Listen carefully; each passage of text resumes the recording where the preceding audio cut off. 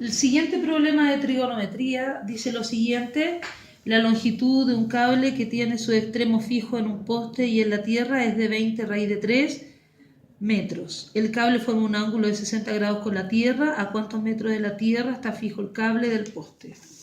Entonces, lo primero que tienes que hacer tú nuevamente es pensar qué situación se está presentando. La tierra ahí está, este cable está fijo, su extremo está fijo a un poste y a la tierra. Entonces aquí vamos a dibujar el poste y aquí vamos a dibujar la tierra. Entonces este es el cable. El cable señala que tiene una longitud de 20 raíz de 3.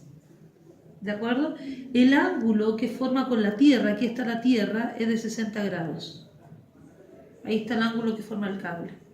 Lo podrían haber hecho también para el otro lado, no hay problema. Y lo que están preguntando en realidad, ¿a cuántos metros de la tierra está fijo el cable del poste? Es decir, lo que están preguntando en el fondo es, voy a sacar las dos variables, ¿cierto? Pero están preguntando, ¿a cuántos metros de la tierra está fijo el cable del poste? Eso, la altura, ¿a cuántos metros de la tierra está fijo el cable del poste? ¿Habrá alguna otra información que me falta en este ejercicio? No, ninguna. Entonces lo que yo me doy cuenta es que tengo cateto opuesto, cateto adyacente, pero ahora está la hipotenusa. Entonces aquí tú puedes decir lo siguiente, puedes decir seno del ángulo es cateto opuesto partido por hipotenusa. Y ahí entonces tú despejas 20 raíz de 3 por seno de 60. Y ahí obtienes la altura. Entonces nos queda 20, ahí estoy desarrollando 20 raíz de 3 por seno de 60. Y eso nos queda 30. Es decir, esto está medido en, señalan que está en metros, así que eso es metros y aquí también es metros. Y el otro dato, si quieres tú lo puedes sacar adicional por si lo consultaran, y eso sería coseno, porque coseno es cateto adyacente dividido por hipotenusa. Y nos queda 20 raíz de 3 coseno de 60 es igual a x. Entonces aquí lo mismo, 20 raíz de 3 por coseno de 60. Y eso nos da 10 raíz de 3. Lo que equivale a 17,3 metros. Ese corresponde al problema número 4. Ya. El problema 5 señala lo siguiente: una torre de 2 pisos proyecta una sombra de 20 metros. Una torre de 2 pisos proyecta una sombra de 20 metros. Si el primer piso tiene una altura de 15 metros y el segundo piso tiene una altura de 10 metros, ¿cuánto mide la sombra proyectada por el segundo piso? Entonces lo primero que tú tienes que hacer es lo siguiente. Tienes una torre que tiene 2 pisos, ¿de acuerdo? Proyecta una sombra de 20. Esta es la sombra que proyecta en total esta torre, de 20 metros. El primer piso tiene una altura de 15 metros. El segundo piso tiene una altura de 10 metros, no tienen por qué ser de la misma altura. ¿Cuánto mide la sombra proyectada por el segundo piso? Entonces las sombras proyectadas son estas. El primer piso proyecta esa sombra, el segundo piso proyecta esa sombra. Ahora, lo que yo hice en realidad para mis cálculos es que esto es x y esto es 20 menos x. Pero estas sombras proyectadas son paralelas. Estos son rectas paralelas. Entonces, lo que hice yo, más que trabajarlo con trigonometría, por tanto una pregunta que la probabilidad es 0 en realidad que aparezca en nuestra evaluación ahora, se insertó acá, es que yo trabajé con el teorema de Tales. El teorema de Tales trabaja con rectas paralelas, entonces tú dices que 15 es a 10, este segmento es a ese segmento, como x es a 20 menos x.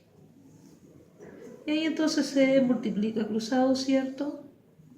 Y se trabaja.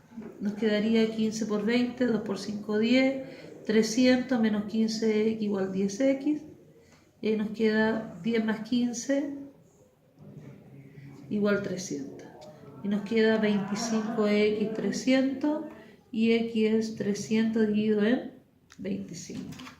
Si yo divido 300 dividido por 25, el resultado es 12. Entonces la sombra que proyecta el primer piso es de 12 metros y la sombra que proyecta el segundo piso son 8 metros, para que nos dé ¿cuánto? 20. Pero eso se realizaba de esa manera, era lo más viable. Problema 5. Y el último problema de la guía es el problema 6, ¿de acuerdo? En la figura una persona ubicada a lo alto de un edificio P de 12 metros de altura observa a otra persona de igual tamaño. Eso es tremendamente importante porque son de igual tamaño, por lo tanto para el modelo no se consideran los tamaños de las personas. ¿De acuerdo?